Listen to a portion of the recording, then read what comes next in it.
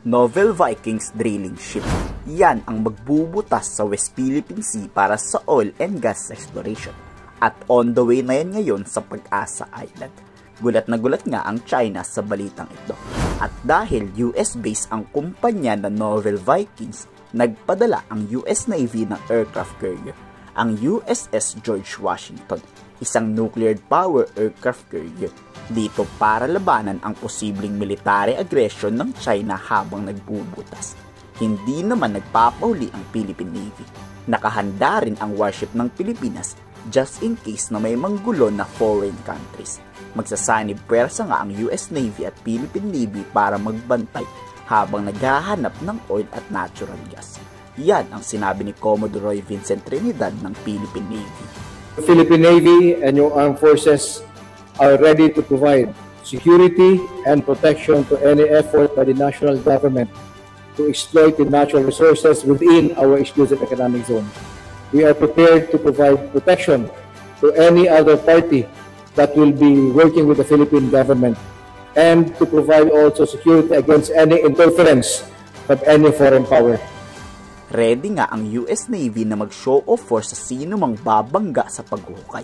Hindi yan nagugustuhan ng China at labag daw yan sa United Nations Charter. Tila binabaliwala raw ng US at Pilipinas ang soberanya at integridad ng China. Nakakapagtaka lang sa speech ng China ngayon, hindi nila binanggit na pipigilan nila to dahil siguro takot mabomba sila ng US. Wala kasing sinasantutong si Donald Trump.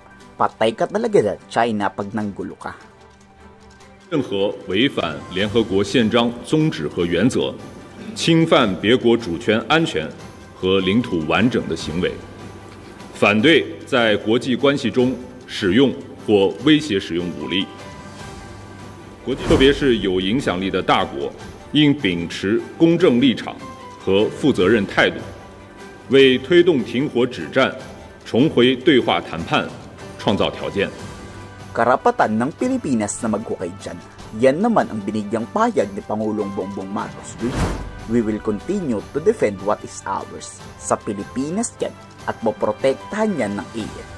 Kung papayag ka kasi sa China makipag-deal, binigyan mo ng kaunting tsansa na nakawin lahat yan. Ganyan kasi nungaling ang mga Chinese. Again, tuloy daw ang suporta ng gobyerno sa paghukay. Did not yield. We continue to protect the sovereignty of the Republic. We continue to defend the territory of the Republic. And we continue to protect and defend the people of the Republic. Hindi naman tayo nakikipag-away, hindi ba? Huwag niyong kami hinaharang dun sa teritoryo namin. Yun, ipaglalaban talaga namin yan. Because kung ibigay mo yan, bibigay mo ng, like they say, you give them an inch, they'll take a mile. So you cannot allow it even the 1 inch. Iyak na naman ng China pag nakahanap tayo ng oil at gas dyan. Bigo nilang mauto si PBBM. Kayo, natutuwa ba kayo at nandyan na ang drilling ship ng US? Komento sa baba ng salobin.